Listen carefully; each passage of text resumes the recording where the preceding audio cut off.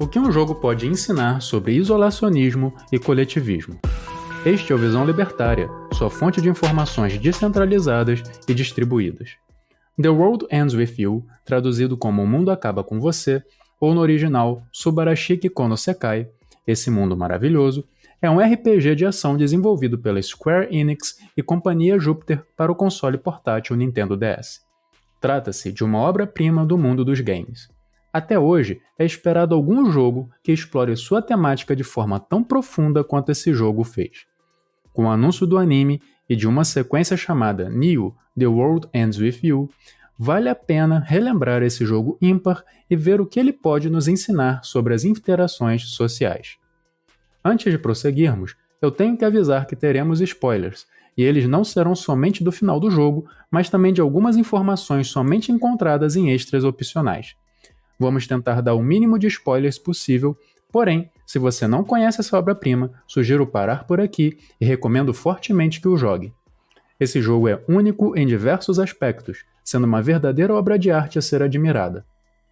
Se por outro lado, você já conhece ou não se incomoda com spoilers, vamos iniciar com uma descrição rápida da situação em que o jogo se situa. O jogo se ambienta em Shibuya, local real, que é o centro comercial de Tóquio. Nesse mundo existe um ser chamado de Compositor, que seria praticamente uma divindade criadora de uma realidade paralela, local esse onde as pessoas que morrem em Shibuya vão parar. Nessa realidade, acontece o jogo dos ceifadores, Reapers em inglês ou Shinigami em japonês. Esse jogo era comandado pelo Condutor, uma espécie de chefe que decidia como o jogo seria feito e decidia quem iria formular os desafios para os jogadores, esse que seria o mestre do jogo. Esse mestre do jogo era escolhido dentre os ceifadores, que eram pessoas que já venceram o jogo anteriormente. O jogo funcionava da seguinte forma: quando alguém morria, essa pessoa ia para Shibuya, de outra dimensão, e lá eles pagavam a entrada no jogo, que era a coisa mais importante para aquela pessoa. Nessa Shibuya, os jogadores podem ver o mundo real e até ler os pensamentos das pessoas contidas no mesmo, porém não podem interagir com os vivos. O jogo durava 7 dias, e a cada dia os jogadores tinham missões que deviam ser concluídas para continuar no jogo. Enquanto isso, os jogadores eram atacados pelos ruídos, noise, que era uma representação dos ruídos de comunicação que acontecem entre as pessoas. Para lutar contra esses seres, os jogadores deveriam formar um pacto com outro jogador para ganharem poderes e lutarem juntos para sobreviver. Ao final, o ganhador do jogo poderia voltar à vida, enquanto os demais sobreviventes do jogo recebiam uma escolha: jogar novamente ou se tornar um ceifador. O objetivo do Compositor era que as pessoas se tornassem melhores com as experiências vivenciadas no jogo, além de aprenderem a confiar nos outros, tanto que era preciso um parceiro para poder jogar. Eles deveriam entender como é viver sem aquilo que mais valorizavam. Porém, com o tempo, esse bairro de Shibuya ficou cheio de pessoas que se recusam a interagir uma com as outras. Nas palavras do Compositor, o mundo estava repleto de possibilidades, mas as pessoas se recusavam a ver o que estava bem diante de seus olhos. Então, ele planejava acabar com o jogo, já que ele não estava servindo ao seu propósito de melhorar as pessoas. Contudo, o Condutor fez uma aposta com o Compositor. O Condutor acreditava ser possível mudar as pessoas, e desse modo, melhorá-las. Para isso, seriam feitos mais alguns jogos, onde o Compositor escolheria alguém para ser o jogador representante dele, e para isso escolheu a pessoa mais fechada possível, o nosso protagonista, Neku Sakuraba. Neku era uma pessoa isolacionista ao extremo, mas o motivo disso não era porque ele se sentia superior aos outros.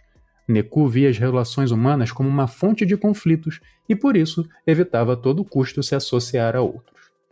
Ainda assim, com o decorrer do jogo, Neku aprende a valorizar os outros, percebendo o quão importante é pessoas trabalhando juntos pelo mesmo objetivo. Apesar de que conflitos podem ser causados quando pessoas agem em grupo, somente juntos eles podem alcançar certos objetivos que um indivíduo jamais poderia. Isso pode ser entendido pelos pagamentos para participar nos jogos.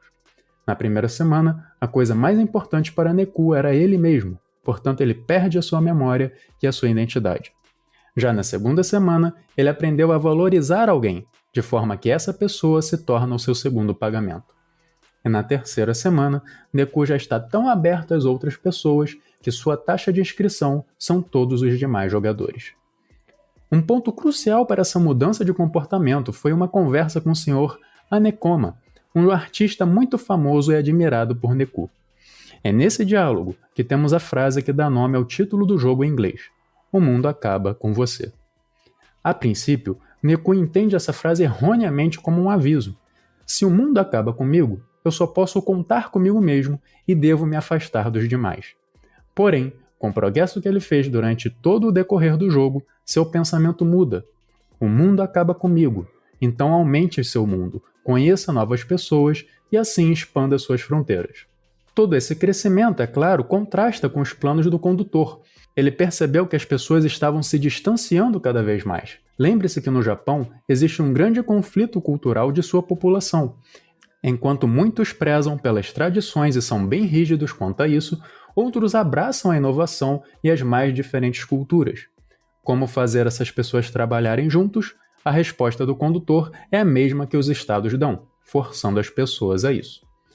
Basicamente, seu plano consiste em utilizar uma lavagem cerebral para que todos tenham exatamente os mesmos pensamentos e assim possam trabalhar juntos para um objetivo em comum. Só para deixar claro, o condutor é o vilão final do jogo. Tanto que todos os afetados por seu controle ficam repetindo em suas mentes exatamente o mesmo pensamento que termina com o título do jogo em japonês: "Como esse mundo maravilhoso seria".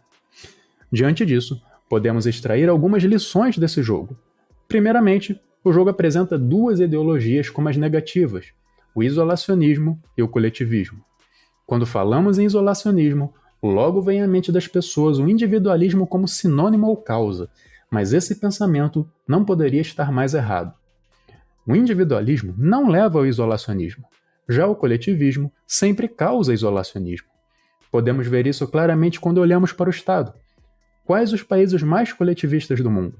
Provavelmente pensaria em Coreia do Norte ou Cuba. Mas note que esses também são os países mais fechados atualmente, tendo até mesmo barreiras para evitar que sua população fuja.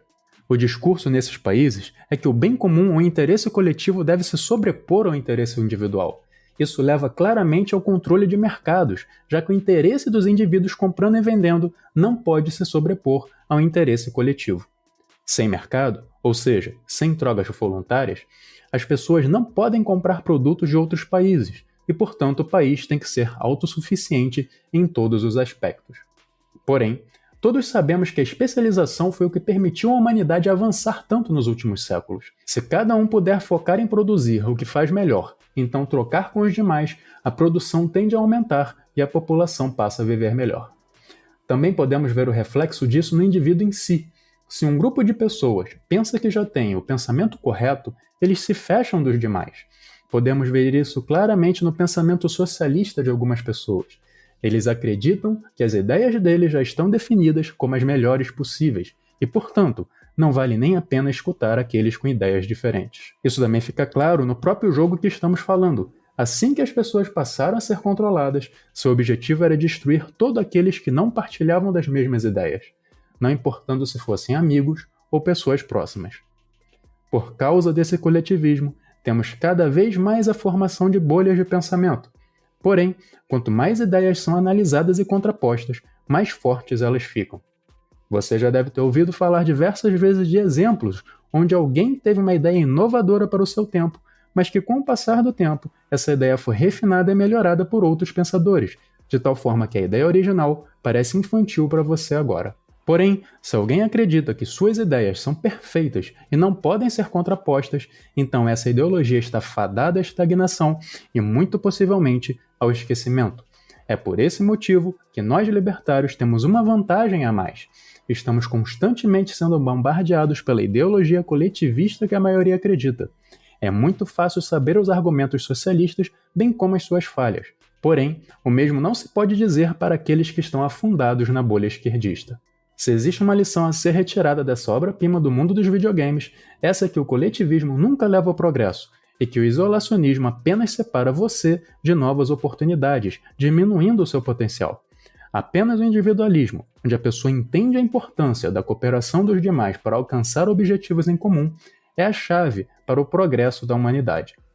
Claro que podem haver problemas advindos de ruídos de comunicação, mas é essa cooperação, em busca de um fim melhor, que torna esse mundo maravilhoso. Obrigado por sua audiência. Esse artigo foi sugerido e escrito por Liberold, revisado por Paulo Almeida e narrado por Chico Lúcio.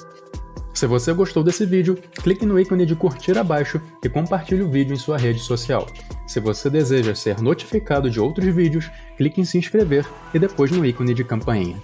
Até a próxima!